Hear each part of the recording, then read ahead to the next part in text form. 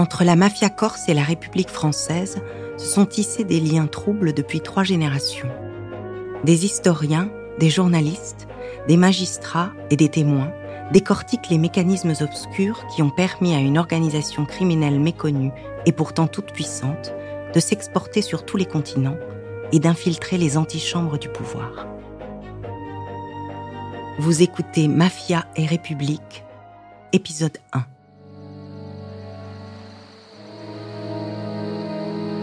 À l'origine, une île, une ville. L'île, la Corse, est au début du XXe siècle un océan de misère. Pour survivre, des milliers de jeunes partent en exil sur le continent, où la porte d'entrée est Marseille. La cité phocéenne est comme tous les grands ports du monde, le lieu obligatoire par lequel transitent toutes les marchandises en circulation. Matières premières, produits agricoles et industriels. Des activités clandestines s'y développent. Trafic et contrebande, drogue et recel, prostitution et cercles de jeu. Chacun y trouve son compte, ceux qui veulent s'encanailler comme ceux qui veulent gagner de l'argent. Et toutes ces activités se concentrent autour du port et des docks. En effet, Marseille, c'est une grande ville portuaire méditerranéenne. Paul Jankowski, historien. Dont à peu près un quart, même un tiers d'immigrés, de date assez récente. C'est la ville la plus cosmopolite de France, dans ce sens. C'est une ville par là même qui occupe une place assez spéciale.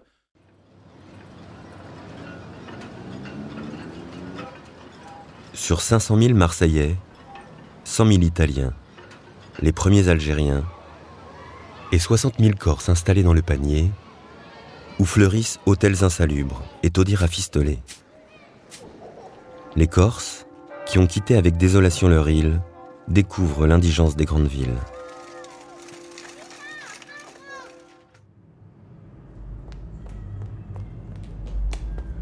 Parmi les déracinés de l'île de Beauté, un homme, Simon Sabiani.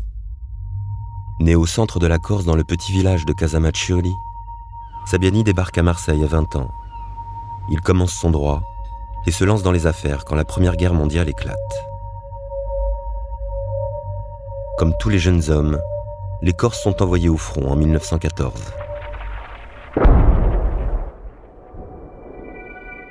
Engagé volontaire, Sabiani plonge dans l'enfer des tranchées. Là, dans la boue mêlée au sang, il se bat aux côtés d'un autre Corse, le frère d'un homme qui va beaucoup compter pour Sabiani.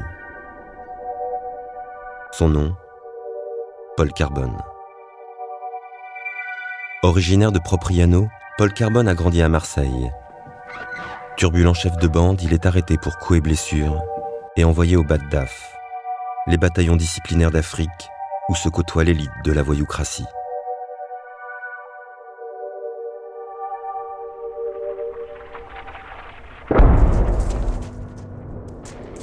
Mobilisé, Carbone se retrouve en première ligne sur le chemin des dames, où il joue du couteau pour faire tenir les cadavres dans les cercueils.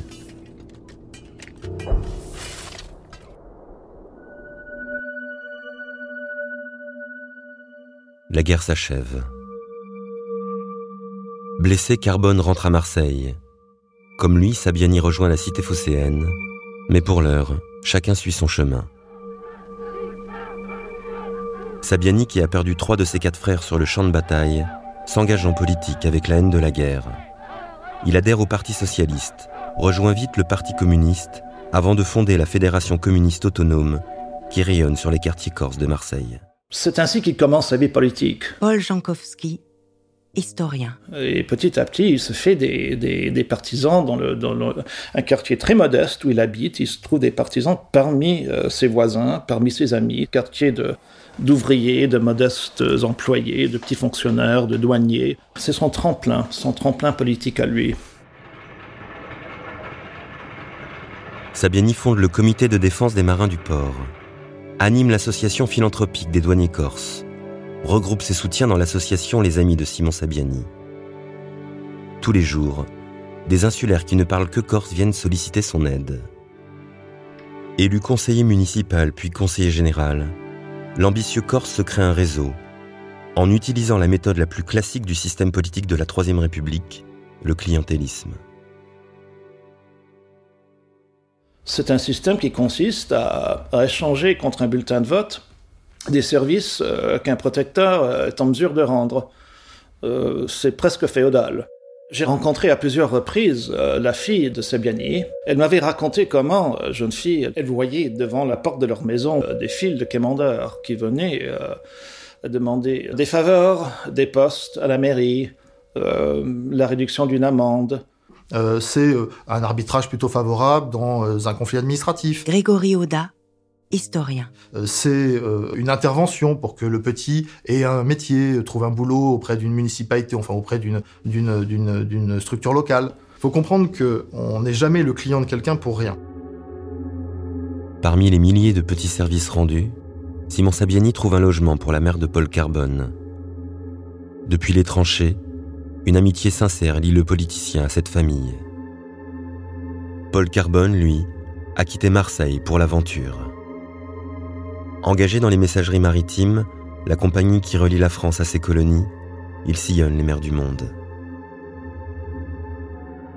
Les Corses ont constitué l'armature, au fond, de l'administration coloniale française. Jacques de Saint-Victor, historien du droit. Mais ils n'ont pas été que dans l'administration coloniale. Ils ont été aussi dans les affaires légales et aussi dans les affaires moins légales. Et on retrouve des Corses en Indochine, en Afrique du Nord, bref, dans toutes les anciennes possessions françaises, ou en tout cas dans toute la sphère d'influence française. Grégory Oda, historien. Ça va être un élément important pour que le crime organisé d'origine corse, d'essence corse, prenne son envol. Parce qu'effectivement, il y aura toujours, quelque part, un cousin, l'ami d'un cousin, l'ami de l'ami d'un cousin, enfin vous voyez, on peut aller très loin comme ça, qui pourra rendre un petit service. Au début des années 20, Carbone trafique de l'opium et noue des contacts dans tous les comptoirs où est implantée la diaspora corse. Grâce aux bénéfices, Carbone s'achète son premier bar à Marseille. Il y écoule l'opium et les filles. Mais Carbone ne tient pas en place et file en Égypte. Au Caire, il rencontre son alter ego, l'homme avec qui il va bâtir un empire, François Spirito, un Sicilien immigré très jeune à Marseille. Le Caire est la plaque tournante de la traite des Blanches. Carbone et Spirito y font venir des filles de France, les revendent ou les enferment dans leur bordel extrêmement lucratif.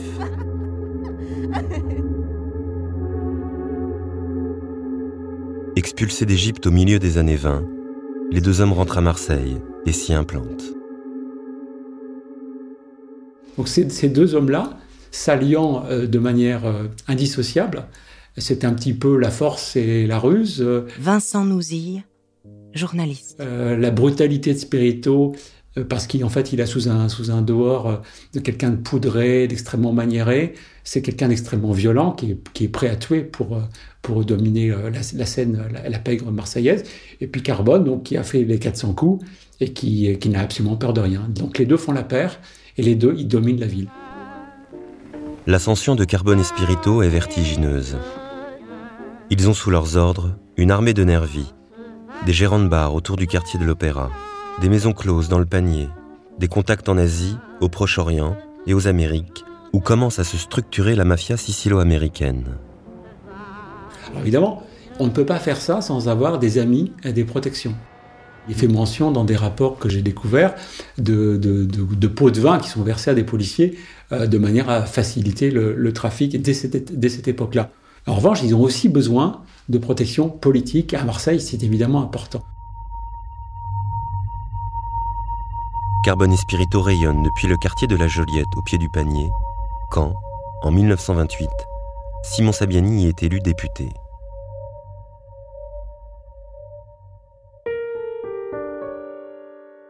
Sabiani sait ce qui se cache derrière la façade légale de Carbone et Spirito.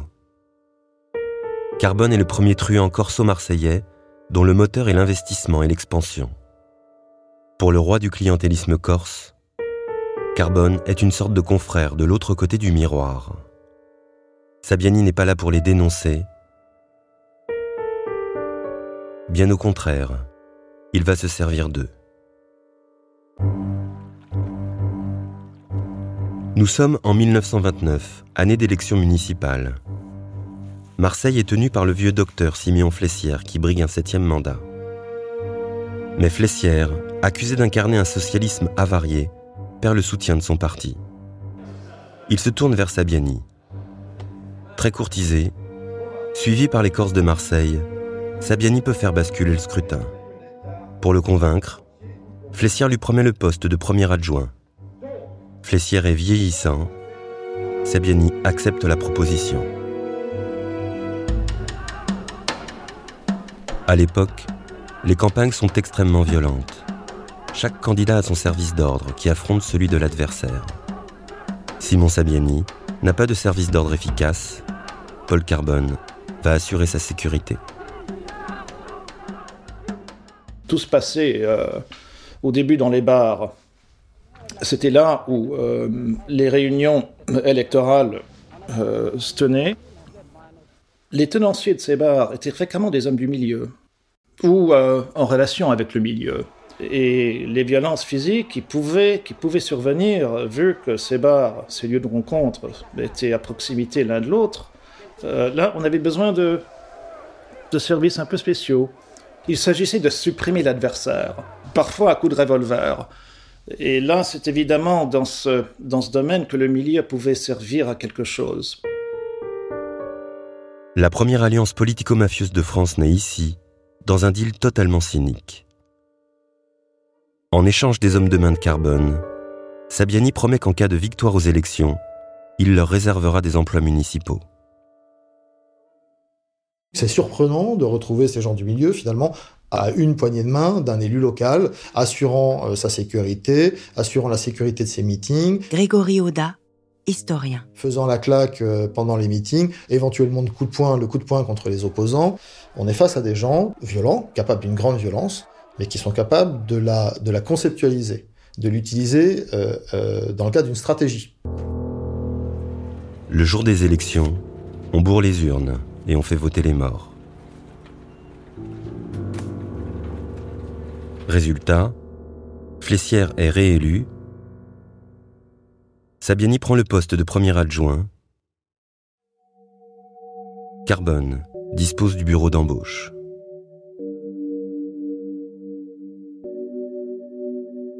Dans la police municipale, dans les organisations sportives, mais aussi au cadastre, au cimetière ou chez les pompiers, les hommes de Carbone et Spirito s'installent, noyotent et permettent aux deux bandits de prendre le contrôle d'une bonne partie de la ville. Carbone et Spirito sont les rois de la nuit, du jeu, de la prostitution et de la mairie. 2 ans plus tard, le maire octogénaire, Siméon Flessière, meurt dans son lit, comme prévu. Le conseil municipal élit un homme de paille. Simon Sabiani accroît sa mainmise sur Marseille et Carbone y consolide son emprise. Eh bien, ça a été les premiers pas de ces liens scélérats qui vont se structurer entre le politique et le milieu. Jacques de Saint-Victor, historien du droit. Et puis ensuite, c'est toujours le même mécanisme qui se met en place, c'est-à-dire que quand vous entrez dans une relation douteuse avec le milieu, eh bien, la logique même de ce milieu, s'il est intelligent et s'il est bien structuré, c'est d'essayer d'aller toujours plus loin pour faire fructifier ses affaires dans les relations avec le politique. C'est ce qu'on appelle les liens scélérats. Député, Simon Sabiani se rend souvent à Paris. Il se lie d'amitié avec un Corse, Jean Chiappe, préfet de police de la capitale.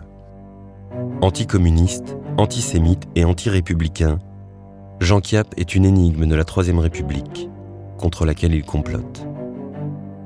Au début des années 30, le préfet est confronté à un profond changement dans la criminalité parisienne. Paris, qui jusqu'à présent était aux mains de petits groupes de délinquants qui en général faisaient de la prédation sur leur quartier, les sautopates de la Villette, les monts en l'air de Belleville, sont en train de disparaître au profit d'organisations qui, là, ça y est, sont structurées. On voit, là, d'un seul coup, beaucoup de Corses apparaître.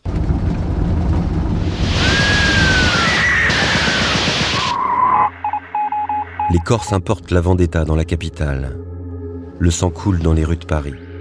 Chiappe doit impérativement y mettre un terme. Sabiani présente Carbone à Chiappe. En s'affichant ostensiblement avec le mafieux corso-marseillais, le préfet envoie un signal à la pègre parisienne. Tenez vos hommes, que le bourgeois s'en canaille sans souci. Ce qui est intéressant avec cette vendetta dite des Corses de Paris contre les Corses de Marseille, c'est que c'est une affaire qui va structurer durablement le milieu français, en obligeant finalement chacun à se positionner et finalement participer et contribuer à l'architecture du crime organisé français de type corse. En retrait des vendettas parisiennes, Carbone joue avec les différents clans et s'impose à Montmartre. Carbone développe alors une nouvelle activité, la plus fructueuse d'entre toutes, le raffinage du pavot en opium et sa fabrication en morphine base, l'ancêtre de l'héroïne. Et donc c'est les premiers laboratoires un peu artisanaux qui vont être installés dans le coin de Bandol, près de Marseille. Vincent Nouzille, journaliste. Et là, on va faire appel à des chimistes, et eux ont un savoir-faire qu'ils mettent au point dès les années 30 pour installer ce qui sera bientôt la French Connection. À l'époque dont on parle, dans les années 30, la population toxicomane de Paris n'existe pas. Ce sont des cas très marginaux. On est sur une toute petite population de consommateurs. Et une toute petite population qui, en plus, est limitée à un groupe bien particulier qui a plutôt de l'argent. À Paris, Carbone et Spirito fraient avec un truand monégasque, agent électoral auprès des politiciens les plus offrants, le baron de Lussatz.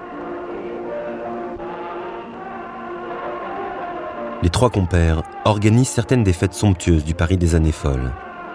Mistinguett, Jean Gabin, Rému et le jeune Tino Rossi se pressent à leur table, rejoints par les grandes fortunes avides de sensations fortes, un monde de strass et de corruption où un homme fait couler l'argent à flot. Alexandre Stavisky, le plus grand escroc de l'entre-deux-guerres. L'homme est l'ami intime de la maîtresse de Carbone, la mère Macrel Manouche. Stavisky a corrompu toute la classe dirigeante, politique, magistrats, journalistes. Le discrédit s'abat sur les élites. Démasqué, Stavisky se suicide en janvier 1934. Le scandale fait vaciller la Troisième République. Le préfet Chiappe encourage l'extrême droite à utiliser l'affaire. Il est démissionné. En réaction, le 6 février 1934, les camelots du roi, les jeunes patriotes, les croix de feu et les anciens combattants veulent prendre d'assaut l'Assemblée nationale. La police ouvre le feu. 16 morts, plus de 1500 blessés. Le gouvernement démissionne. Carbone se vantera auprès de sa jeune maîtresse Manouche d'avoir sorti son revolver et tiré sur les forces de l'ordre, place de la Concorde. Une vantardise ? Pas sûr. Le préfet Chiappe évincé, Carbone et Spirito perdent leur protection parisienne. Les deux truands se retrouvent alors propulsés en pleine lumière, quand Albert Prince, le magistrat chargé de l'enquête sur la mort de Stavisky, est retrouvé la tête tranchée sur une voie de chemin de fer. L'inspecteur Pierre Bonny, chargé de l'enquête, accuse Chiappe et les parrains corses d'être les commanditaires du meurtre. Carbone, Spirito et le baron de Lussatz sont arrêtés et jetés en prison. Accusé d'être le protecteur des parrains, Sabiani organise leur défense. Il dénonce les manipulations de l'inspecteur Bonny et couvre les murs de Marseille avec cette affiche et cette phrase devenue légendaire dans les rapports entre mafia corse et République française: « Carbone est mon ami et demeurera mon ami ». Un homme politique français revendique publiquement ses amitiés sulfureuses avec le milieu. Pourquoi l'a-t-il fait ? Je l'ignore. Mais dans cette culture de la clientèle, Paul Jankowski, historien. de chef de clan, de faveur, de fidélité, C'était une façon de dire « je suis un homme honorable, je reconnais mes amis, je les soutiendrai toujours ». À ce moment-là, Carbone et Spirito, parce qu'ils ont le soutien de Sapiani, Laurence Montel, historienne, vont apparaître comme les incarnations hexagonales de ce nouveau type de banditisme qu'on va alors à ce moment-là appeler gangstérisme. C'est un peu comme si ces relations entre milieu et politique éclataient au grand jour. Et ça polarise toutes les attentions. On ne parle plus que de ça, on analyse le phénomène, on se demande si c'est proche de la mafia italienne, parce qu'on voit à ce moment-là le mot mafia aussi être utilisé. On est persuadé que le mode de fonctionnement politique américain est arrivé en France. On pensait être à l'abri et on ne l'est pas. Marseille est alors comparée à Chicago et Carbone à Al Capone. Al Capone a connu son heure de gloire pendant la Prohibition, mais il s'est laissé griser. Trop de faste et trop de violence ont précipité sa chute. Le parrain de Chicago est tombé en 1931. Les mafieux découvrent que le tapage et l'ultraviolence les rendent extrêmement vulnérables. Ils doivent fuir la lumière. Paul Carbone en a bien conscience.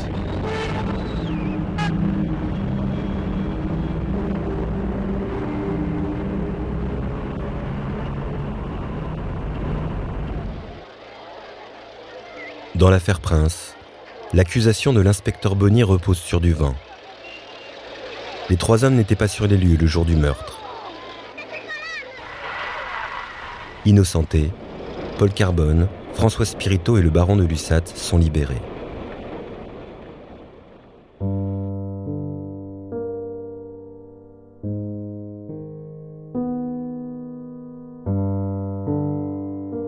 À la gare Saint-Charles, Sabiani organise un accueil grandiose pour Carbone et Spirito. Des centaines de curieux assistent à leur descente de la Canebière. Le soir, au fond d'un restaurant, après quelques coupes de champagne savourées entre amis, on se laisse prendre en photo, pour la gloire. Il n'existe que 2 photographies issues d'une même série, rassemblant Sabiani, Carbone et Spirito. Ce sont des images rares, des preuves visibles de ce pouvoir invisible. Vous venez d'écouter Mafia et République. Si vous avez aimé ce podcast, vous pouvez vous abonner sur votre plateforme de podcast préférée et suivre Initial Studio sur les réseaux sociaux. Mafia et République est un podcast coproduit par Initial Studio et Yami 2, adapté de la série documentaire audiovisuelle éponyme produite par Yami 2, réalisée par Christophe Bouquet et écrite par Christophe Nick, Pierre Péan et Vanessa Ratignier. Production exécutive du podcast, Initial Studio. Production éditoriale, Sarah Koskiewicz et Louise Nguyen. Montage, Camille Legras. Avec la voix d'Emmanuel Yacoubi.